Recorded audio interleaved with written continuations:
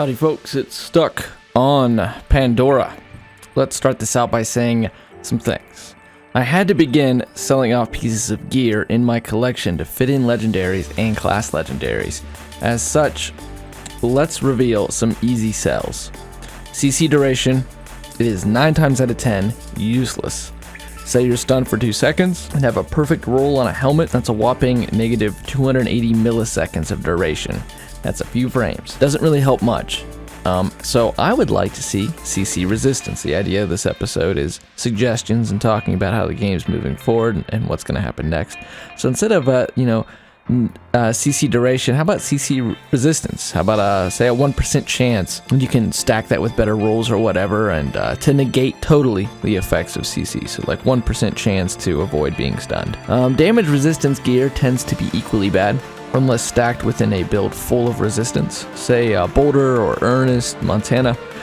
These guys can do pretty good with resistance gear because it is multiplicative. So once you take some Helix choices, and I would say all 3 slots need to be damage resistance or healing gear of some sort, and then put a pacifier in there, especially the pacifier, because that negates the enemy's attack damage. But it's still too specific to have a notable reason to even exist. Say 5.6% resistance, the max damage resistance of shoulder pads, means you're taking 94.4% of the damage you would have taken otherwise. So say you're a Thorn at level 10, you're being punched by a level 10 Atticus, you're going to get hit for well over 100 damage, so your TTK is not going to be affected by that piece of gear. And then on the reverse, taking 5.6 resistance of, say, of a heavy hit on a low health hero, that's paltry, but also taking 5.6 resistance of, say, the 20 hit point shots that an Oscar Mike or a Montana does. Well, 5% of 20, you're really not taking so much away. If it's not a max roll of something you won't be using all that much, toss it. So if it's not a max roll, we've gone over that in loot opening number 2, I think. You can look at the shard, but you can also look at the value, like 7% on sprint speed, 5.6 movement speed, 5.6 damage resistance, 14% healing received, etc. Just get rid of it, because honestly, the more you play this game, those bank slots are going to fill up a lot quicker than you think. So that's going to be coin fodder. Make sure that when you keep a max roll of on-flawed gear, that you have a purpose in mind for doing it, and hopefully more than one purpose. Flawed gear has benefits, but its usefulness is limited to only a few Battleborn. So like take negative reload speed, for instance, on a max flawed. That's not a big deal on Isaac, and you can use it on Toby. So that would have a good purpose for existing. But it's not universal. You don't want to use negative reload speed on Oscar Mike no matter the buffs, because that's really going to ruin his entire game. He's very dependent on reload speed. And the LLC gear has terrible passives. They involve like buying buildables or destroying buildables or having your shield be destroyed. So there might be, a max of 3 or 4 times in a match when you'll build or destroy a buildable, and either way, even if you do manage to accomplish that 3 or 4 times, you're only getting like 30 seconds of a bonus. You're only getting 30 seconds of a bonus of, say, 98 shield strength, unless you can think of a very specific build to use with that. So let me say, like, I know one is you lose shield and you have buildable cost. I think there are some that are shield penetration or shield recharge. Maybe. But let me know in the comments below if Cleese's Rifts or Toby's shield wall counts, because if so, there is potential, I think. There is potential, but for now I had to get rid of a lot of that stuff. Gear that requires a passive to proc when your shield is depleted, such as the hideous Handyman Platinum Plated Coil. That gives you a discount to buildables when your shield is depleted. And so, well, it doesn't proc automatically for Eldreds, and so that means you have to play characters with shields, and you also have to go out and put yourself into harm's way. You have to expose yourself just to have a momentary discount on buildables. That's coin fodder. It doesn't make any sense.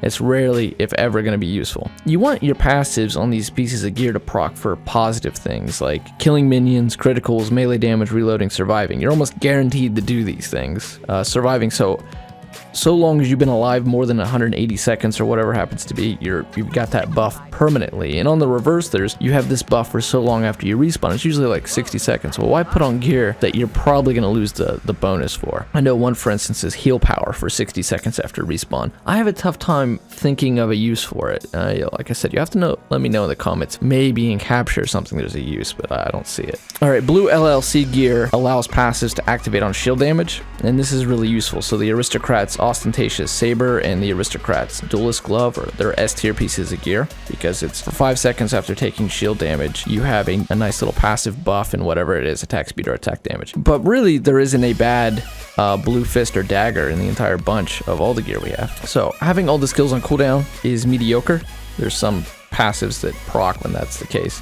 The entirety of passives that proc with pickups, those are limited to PvE. Unless you're running the Health Tonic Legendary that drops the like health pickup every once in a while. There's no pickups in PvP. Picking up shards in Incursion or whatever, that won't proc the passive, so it's a waste of space. Unless you do a ton of PvE. Wrenches. I see the Strategist Handyman's multi-tool having use, lowering buildable cost to 35% after destroying a buildable. That's really good, because you got 21% and then you destroy a buildable and then you get another 14%. So it's going to be really cheap for that moment. And you know, you'll always be destroying, say, Incursion, that middle shock turret. So I see the Janked Screwdriver also being useful. This is best in slot, I would say, if you are going to run a screwdriver. That's a white rogue wrench, so keep an eye on that. Rogue wrench, max roll with the flaw, so it's 0 activation cost of healing received. That's the flaw. So right off the get and go, negative 21% buildable cost. Now the question is like, well, it's really good, because how often in solo queue does someone actually heal you? But on the reverse, how often is doing buildable power leveling useful outside of having a pre-mate where the team is going to be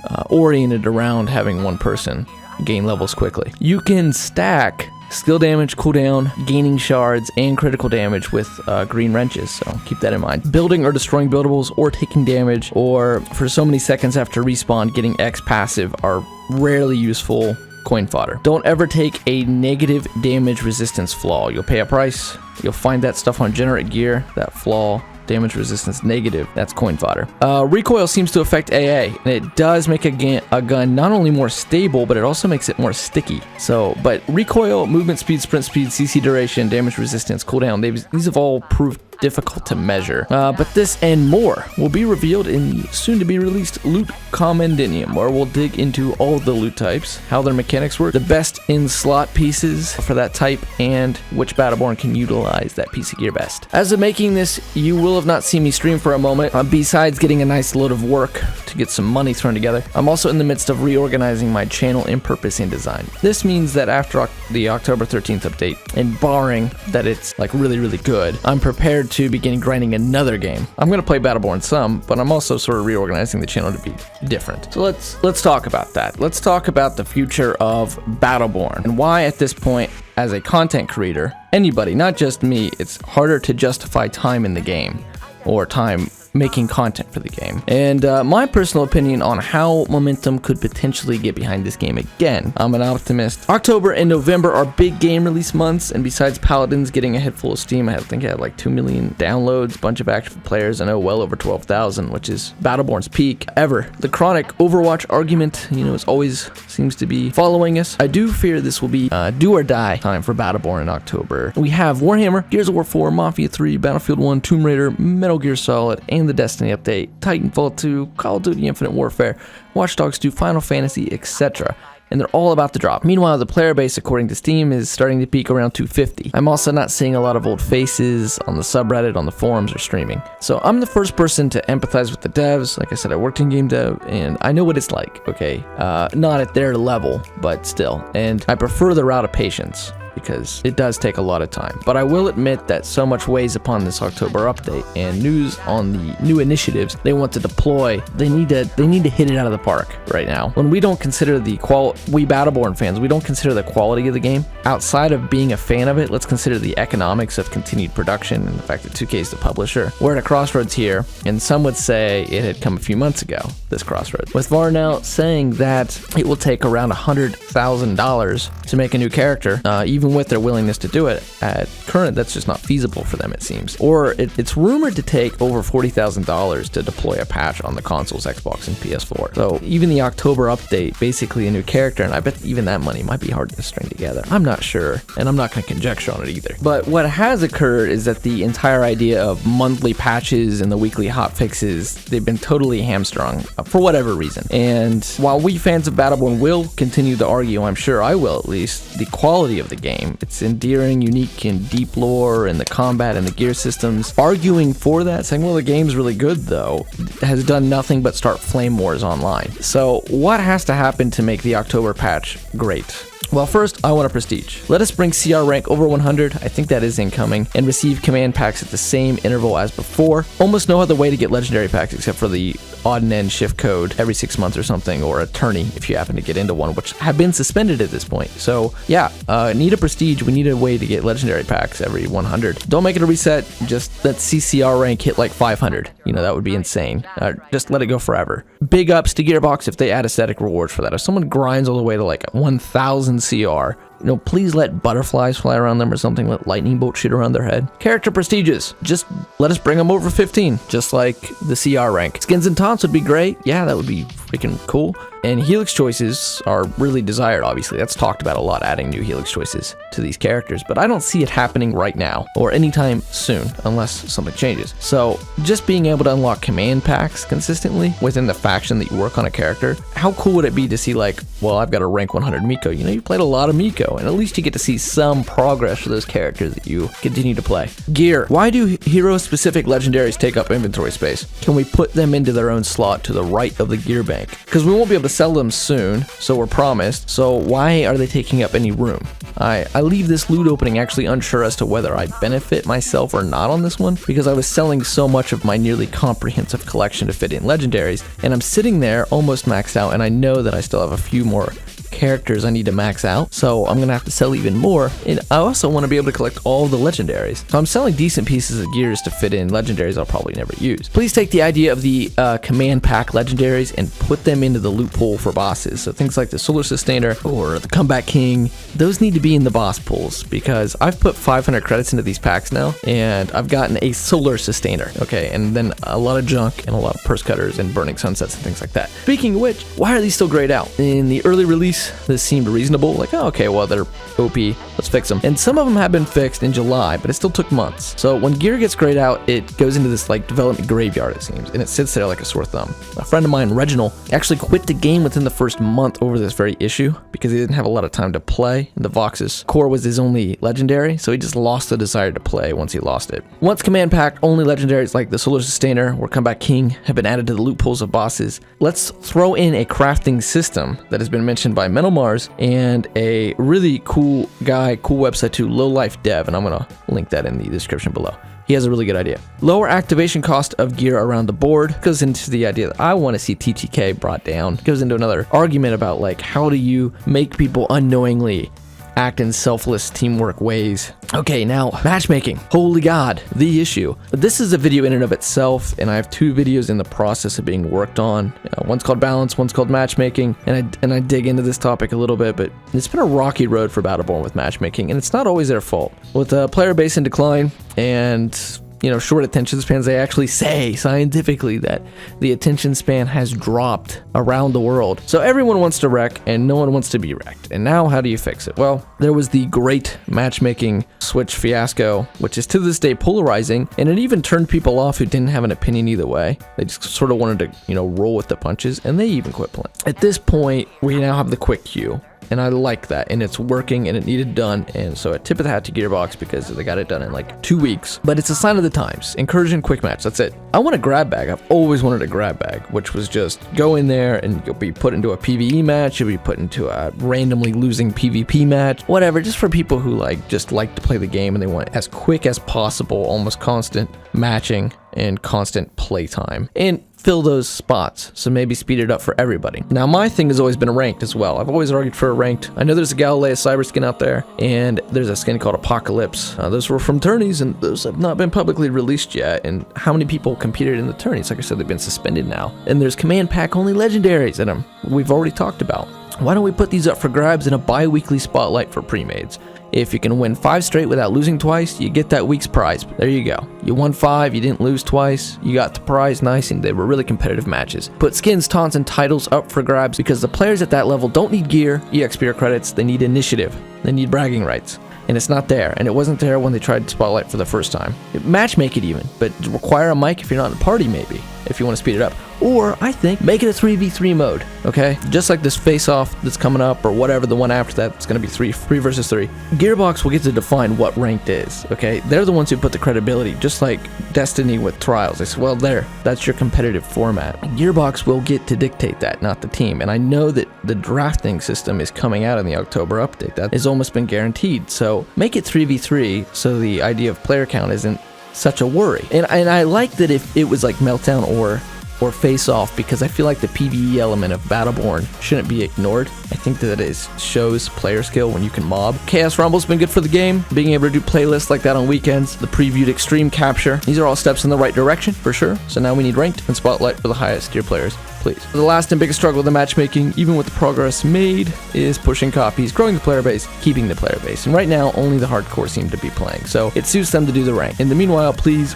deploy a Smite model within the next few months. This is the big thing. Go free to play, sell character unlocks, a demo, let them matchmake to level 10, give them the first 2 missions of the campaign, have them pay to play the rest of the campaign, $30, just like Smite, to play the rest of the campaign or to engage in the rest of the PvP. I don't think the game should go straight up free to play, but I do think it should have a free to play demo with limited features, maybe even the ability to perma matchmake into quick mode, just to keep the player pool high, but with the ability to buy characters and to buy into the full product. And last but not least, balance. October's going to bring a round of character changes, and if the preview of the patch is to be believed, from months ago, we're seeing just a lot of nerfs. Nerfs means higher TTK, and nerfs means more stalemates. In an organized team match with drafts and bans, stalemates and long TTK are avoided through organization, using Galt or Oryx to pull a support and change the dynamics of the battle, using high DPS ultimates in tandem to melt sentries, score kills, and change the calculus of battle. However, 90 times out of 100, this does not occur. Instead, people say, screw Miko, and I don't blame them, because Miko means you're gonna volunteer for hours to sit behind someone like Montana and press the left trigger. It is very uninteresting, and it is not at all engaging, and it's not rewarding.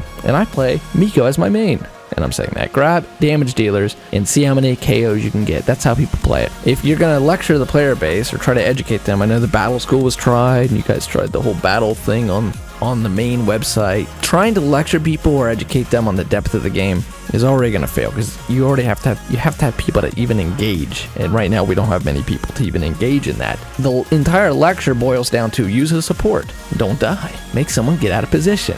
Gain the numbers advantage. Use that strength to destroy buildables and push thralls or minions. Repeat. Bait somebody, kill somebody, use your numbers to secure the objective. I believe, like Overwatch, these mechanics have to be packaged in a way that a player is unknowingly fulfilling these rules all the time. Or in the case of Mercy, for instance, give that player who dedicates to support the ability to have moments, like real moments, like resurrecting. Why does Miko not have a res? And speaking of res, lower TTK, lower respawn time. Please, just make the matches quicker so more people can get involved, because you have to sell more copies. And even though it's kind of vanilla, if it ain't broke, don't fix it. It can still be Battleborn. You can put your own spin on it. And the game has a lot of depth. It has a lot of complexity. So for instance, CC effects. We have slow, bleed, wound, stun, blind, knock up, knockback, repeal, silence, etc. It's a lot. Dots. It's a lot, and they all play a different role. But getting 99% of the player base to be made aware of each of these and their role and what characters can do them and what gear those characters should wear, and like making a perfect team composition, it's unaccessible to 99% of people. And so I think that, one, there has to be a tutorial, which people, they'll sometimes refuse or not want to play a tutorial, but in this game there has to be a tutorial. I think making new players play the first 2 levels of the campaign also, just to feel the game out, start to learn about it. Offer them, an aesthetic real quick. Oh dang, you did the tutorial, achievement unlocked. Wound, it was a great change to the game, and in many matches I'm calling for a wound on, say, like Galilei, and only a handful of people ever know what I'm even talking about. Like, why would you wound? What's the point of wound? Well, it lowers how much she can be healed by her pocket Miko, so we can kill her or the Miko. I like what Battlefield does with this stuff, because they constantly give people tiny notifications and points. You wounded, great job. Call of Duty does this as well, where almost everything you do appears rewarding. The same with Overwatch. When healing with Miko, there should be an almost constant ticking of score and benefits to that player, so they feel like the star of the show, which we all deserve to be. We all want to be the star of the show, but Miko isn't. He's a healer, and that's what he does. But let people feel like they're really important, because they are, and you healed, you applied a wound. Nice. Good job. And maybe even change the way the scoring is done, because we've all argued, I think, about how does the scoring even work. By doing that, by offering these like incentives and constant flashy lights and sort of flow experiences, you can make people unknowingly be selfless, and that's also going to help you speed up the games. And as you move, if you would move to a free-to-play or Smite model, it has to be slightly more engageable, a little less learning curve. So we'll dig more into the balance of the game with the big update that's coming out and any news and random thoughts in the next opening. So I'll see you guys then. Later.